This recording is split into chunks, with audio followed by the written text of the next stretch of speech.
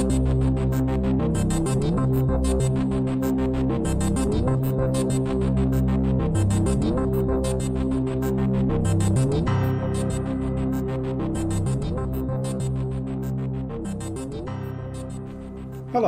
and welcome to episode 1 of season 2 of the Dark Money Files, in which we shine a light into a murky world. I'm Ray Blake, and with me is my co-host, friend and business partner, Graham Barrow. Hello, Graham. Hi, Ray. Season 2, Graham. Where did the last 13 weeks go? I don't know. They certainly haven't been boring, Ray. What with 10 episodes covering the Danske Bank affair and then 3 specials, it's been quite a start to the year. And can I remind you, Graham, that originally we were going to cover the Danske report in 3 episodes? Yeah, that didn't quite work out as planned. There was just so much to talk about in the end. Indeed. I know from feedback that some of those episodes are now being used by training departments in a lot of banks to help their colleagues understand some of these elements using real-life examples. Episode 3 in particular, where we looked at the transactional activity in Danske, has been a particular hit. Yeah, and it's great getting that feedback, isn't it, Ray? And if anyone out there wants to send in their own Dark Money File stories, we'd love to feature them in future episodes of the podcast. Definitely. Emails to thedarkmoneyfiles@gmail.com or message either of us on LinkedIn or Twitter. Just a caveat, we don't promise to use any of your stories, and we do actually have quite a high threshold for evidence before we'll say anything publicly on this podcast. Yeah. That's very true, Ray. Okay, so let's talk about this first episode of Season 2 then. Well, given that you asked me to do a bit of background research on Ali Moulaye, I presume it's all about him then. Yes, and just before we explain, for those of you who don't know exactly who Ali Moulaye is, do you want to tell the listeners what I asked you to do and what you found out, as that would be very helpful in putting the story into context? Yes. Graham, you asked me to look online for any mention of Ali Moulaye in the context of signing accounts or other involvement in corporate activity prior to October 2017. I did, and what did you find, Ray? I managed to find one mention that was hidden away in a legal judgment in November 2015. It was quite amusing for a legal judgment. A sentence not commonly uttered. Why was that? Oh, there were 14 respondents in the case, all of them UK LLPs. 2 had accounts signed by Sabine Bose, 1 by Yuri Wittmann, and 11 by Ali Moulaye. So, let me get that right. 14 respondents in one case, all separate respondents. Yeah. And yet 11 of the LLPs all had accounts signed by Ali Moulaye. Oh, yes. Okay. Yes, I chuckled, yeah. I'll be honest. Yeah, that's quite a coincidence, isn't it? Yeah. It's a coincidence, particularly since that is the only time he gets any mention anywhere on the web that I could find prior to 2017. And he's 11 times in that. Wow, that's quite an arrival, wasn't it? Very much so. 14 LLPs in this court case. So I think maybe before we go any further, we should perhaps give a bit more background to UK LLPs and why, having signed 11 of them, Mr. Moulaye doesn't actually appear anywhere in the company's house website. Well, yeah, that's a good idea. Shall I kick that off? Yeah, away you go. Okay, limited liability partnerships, as we've mentioned before, are a kind of hybrid between a general partnership, which has no legal standing in its own right, and a limited company, which has both limited liability and a share capital. LLPs retain the benefits of a partnership, so it's not taxable in itself, but it also has limited liability, so that each partner is not responsible for the debts of others, as they would be in a general partnership. Oh, they sound fantastic, Ray. So why don't we see more of them? Because they can only be used for profit-making organisations and tend to be used by professional service companies rather than trading companies. Okay, so what are the basic requirements for an LLP? Well, they must have at least 2 members, but they can have as many as they like. The LLP must at all times have at least 2 designated members who are legally responsible for meeting the filing requirements, record keeping, and other compliance stuff. it also needs to declare one or more persons with significant control, which is effectively the owner or controller of the company, as distinct from the members who are responsible for running the company administratively. Okay, anything else?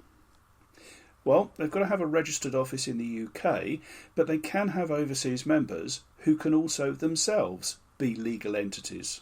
Okay, so for some, the only touch point with the UK is the registered office and, of course, the company's house filings.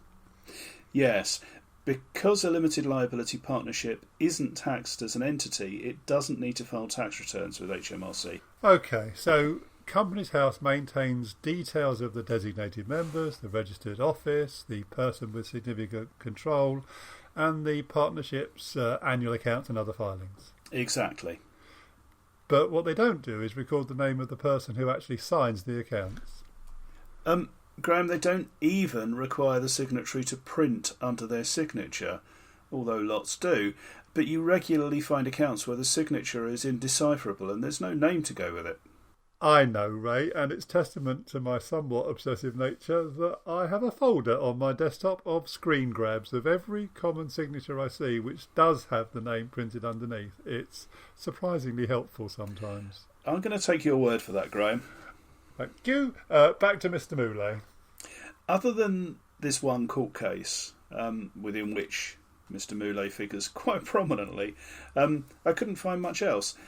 Mind you, after October 2017, there was loads. And why was that? Well, some bloke wrote an article about him, Graham. That'd be me then. Yeah. But I'm going to be honest, Ray, I just never expected it to take off in the way that it did. Do you want to explain why you wrote that article and what Ali Moulaye's role in it was?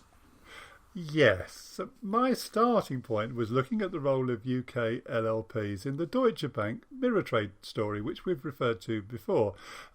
My attention was caught by the fact that these two companies, which were called Chadbourg Trade LLP and Ergo Invest LLP, managed to file completely identical accounts. And I mean identical, I mean the same turnover, the same profit, everything. And both were signed by Mr. Moulaye. OK, I mean, that's odd, but it's not exactly earth-shattering. I agree, but as I dug further, I kept finding other LLPs whose accounts were also signed by him until it just started turning into an avalanche. How many sets do you think he's signed then? Well, Ray, I found 30 different companies he signed on behalf of, and between them they act as designated members actually for more than 6,000 LLPs. But given that there's always two designated members to an LLP, he's actually probably signed for 3,000, and he's been doing that for around 7 years. So I reckon at least 20,000 sets of accounts. I mean, that's extraordinary, isn't it? Yeah, what's even more extraordinary is that every set I've seen, every set, have been produced on exactly the same template, and almost all of them show annual commission of between £5,000 and £25,000. Sometimes a bit more, often a bit less, but mostly between those figures. So does that mean that Ali and his friends only deal with companies that expect to turn over between £5,000 and £25,000 a year, Graham? Well, that is one way of looking at it, Ray, but I'm not sure it's the right one. Well, I mean, you know, accountants do tend to specialise in a particular niche, don't they? True. I mean, the alternative would mean that they're filing false accounts. Yeah, that is the alternative. OK. Back to the article. You still haven't explained why it's now the number one search return for Mr. Moulaye. Yeah, well, during my research, I found this company called Lantana Trade LLP, which actually we mentioned last week, and which had accounts signed by him. And as we said on last week's podcast, that was the company which led to the whistleblower outing Danske Bank and all the attendant publicity, which rather propelled our Ali into the limelight. Well, that explains its popularity, but there's also a story by BuzzFeed News up there. I noticed you were quoted in that account as well. What was that about? Well, Ray, I had this idea for a story which was just focusing on a small set of LLPs which Ali had signed the accounts for, and that idea was taken up by Jane Bradley at BuzzFeed and Oliver Bullough, who wrote Moneyland. And then Jane had the idea of seeing if we could actually find him, and the three of us spent a few weeks trying to track him down. Which you did. Yes, to a dental surgery in a suburb of Brussels. Well, obviously.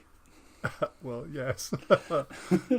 What I found astonishing reading that article was just how many different schemes appear to have used entities for which Ali signed the accounts. Exactly, and that, I think, provides a really useful insight into how laundromats work. Go on. Well, realistically, I don't think Ali or all the other people involved in creating these companies are the ones actively involved in the crime or the corruption that generates the money. It's just physically impossible for them to have hands in so many geographically diverse enterprises. I agree. His name has been on LLPs used in the Russian laundromat, the Azerbaijani laundromat, Danske Bank, the Deutsche Mirror Trades, and a whole host more. It's just not feasible that he's across all of that. Exactly, which means that wittingly or unwittingly, and I think I know where my money is here, he is part of an enterprise which is being used by a wide variety of corrupt or criminal enterprises to launder money on their behalf. It's the only answer which makes any sense to me. The level of commonality of both his name and the names of a relatively small number of entities used as designated members just can't really be explained any other way. Agreed. So back to Mr. Moulaye. Do you want to explain how you managed to find him? Yeah, it was on social media by and large, Ray. Our first sighting was on LinkedIn, where I found an Ali Moulaye based in Latvia. Latvia, you say? Yes. Home to some legendary names in money laundering like Stan Gorin and Eric Vandergels, whose names appear all over the world in corporate registries and in an abundant number of newspaper stories. And from there? Well, from there we found him on a government database in Latvia where he'd registered a marriage agreement which included his wife's maiden name. Fortunately, she loved her social media posts and, well, she wasn't very careful with her privacy settings, and as a consequence, her page was open to all. Well, that's a timely reminder for all our listeners, perhaps. Very much so, yes. And then we got lucky, as at the very moment we were investigating, his wife's sister decided to come and visit from Riga. And if Mrs. Moulaye was a profligate poster, she was nothing compared to her sister, who charted her course from Riga to Brussels in just the most fine detail. Oh, no, that's handy. Yes, it was. And then we had a second bit of luck, as Ali, who by the way is now called Nick, had registered his dental surgery on a Belgian database, which gave us an address. Now, I've seen these photographs, Graham, where you were able to take a number of Mrs. Moulaye's social media posts and compare them to Google Street Views of the area around the dental surgery, and they matched precisely, didn't they? They did. It was a very rewarding moment when that happened. And you even managed to track down the Iranian restaurant in Brussels where they went for dinner. Yeah, unbelievably, we managed to find a photograph of the exact same table that Mrs. Moulaye and her sister posted on Facebook. Very distinctive wallpaper, I seem to remember. Yes. And then, according to the article, Jane hopped on to the Eurostar to Brussels one Sunday morning and interviewed him on his doorstep. Yeah, she did. She pulled something of a masterstroke, actually, by getting a small parcel delivered to him beforehand, which had to be signed for. And let's be honest, you had lots of examples of his signature. About 20,000. Yeah, and it matched. Yeah, a great moment. Yes, but I'm going to be honest, it was kind of tempered by the fact that we now knew Mr. Moulaye, his age, his wife's maiden name, his kids' names, where they went to school. We knew his father's name, we knew his place of work, his father's place of work, and a whole lot more besides. So it's just extraordinary what you can find out about people simply from the clues they leave all over the internet. And something we might profitably all reflect on. And it's a story that even Mr. Moulaye himself found unbelievable, I understand. I mean, apparently he told Jane that she must be from MI5 or the Secret Service, as there was no way she could have found him otherwise. He refused to believe she was just a reporter. Yeah, that's right. It took her several minutes to convince him otherwise. So after all this, what What's your view of Mr. Moulaye? Do you know, I think overall he is at the very bottom of the food chain. He clearly hasn't made much money, and he didn't come across as a criminal really in any way. I think he rather foolishly allowed himself to be drawn into a criminal organisation without fully realising what he was doing, and honestly not for very much money. Well, either that or, as he explained at one point to Jane on his doorstep, someone stole his identity and signed all those accounts with a forgery of his signature. Exactly, and if it was, it was a really good one. Is there a broader conversation that we need to have about the implications of all this? I think there are a number of strands, actually, Ray. What would be your top pick? I think it would have to be the way people tend to use Companies House, or indeed any other accessible corporate registry. If the view is that it's on Companies House, so it must be okay, then that's a misguided view. The incidence of duplicate or very near duplicate accounts across such a huge variety of entities, without any sense that anyone had noticed, really brings home how much you need to treat the information filed at Companies House with caution. Exactly, and also that there's a great deal of useful information there which is not directly searchable for, like account signatories. As it's not a specific data field, searching for Ali Moulaye or Sabine Bose or a whole number of others will yield virtually no results, and yet companies on whose behalf they have signed are tragically endemic to a huge number of suspicious activities globally. We also did that piece a few months back, Graham, on the ubiquity of certain name elements and addresses, didn't we? We did. Do you want to explain? Yeah, we noticed a preponderance of certain elements in the names of LLPs being used in laundromats. For example, Berg, Lux, Star and Mark. So I designed a spreadsheet that would produce a list of all the different permutations of the most common elements, and then we checked Companies House to see if any entity was listed with that name. And just remind me how many we found, Ray? 367, Graham. 367. And this was solely through generating names by using an algorithm, nothing else. Yep, that's right. And how many of these randomly generated entities had accounts signed by Ali Moulaye, Ray? 69.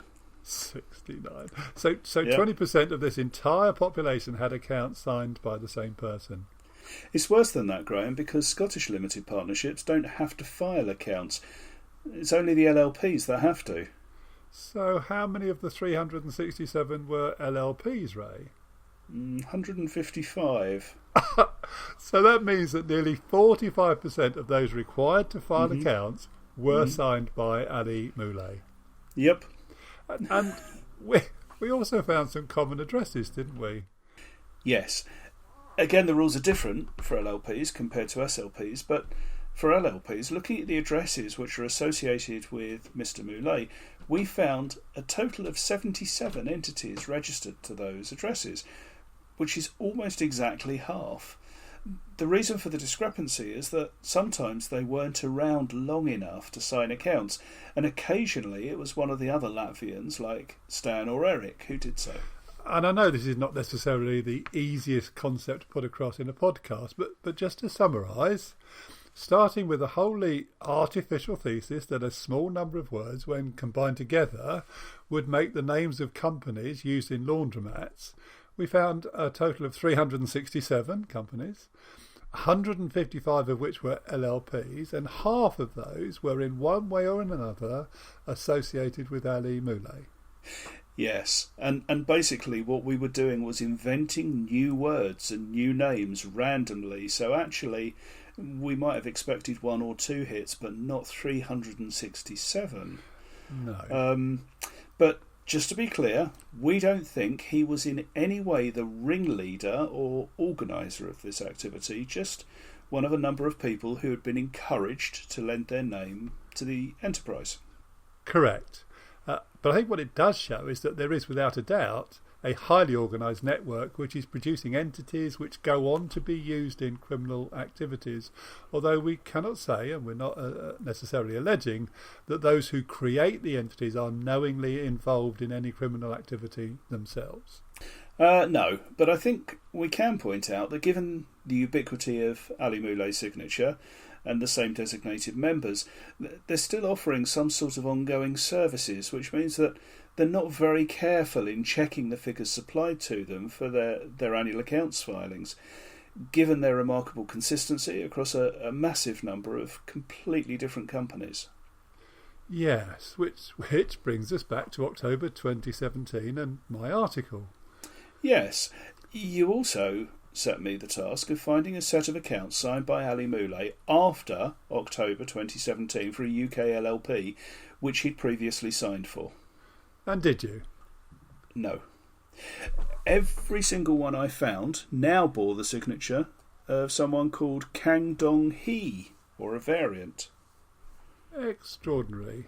Do you know, I somehow suspect that isn't a coincidence. Neither do I. I think when their man's identity was blown, they switched to another one. Yes. So that is the story of Ali Moulaye. And it's quite a story. What's on the menu for next week, Graham? Well, Ray, I thought, given we keep mentioning them all the time, we might talk about why UK companies in particular are so attractive to these money laundering schemes and how they interact with other countries to make detection so very difficult. And as it happens, that's rather timely as PACE, which is the Parliamentary Assembly for the Council of Europe, has just literally yesterday recommended a European-wide approach to investigating and bringing to justice the perpetrators of these laundromats. Oh, I'm looking forward to it.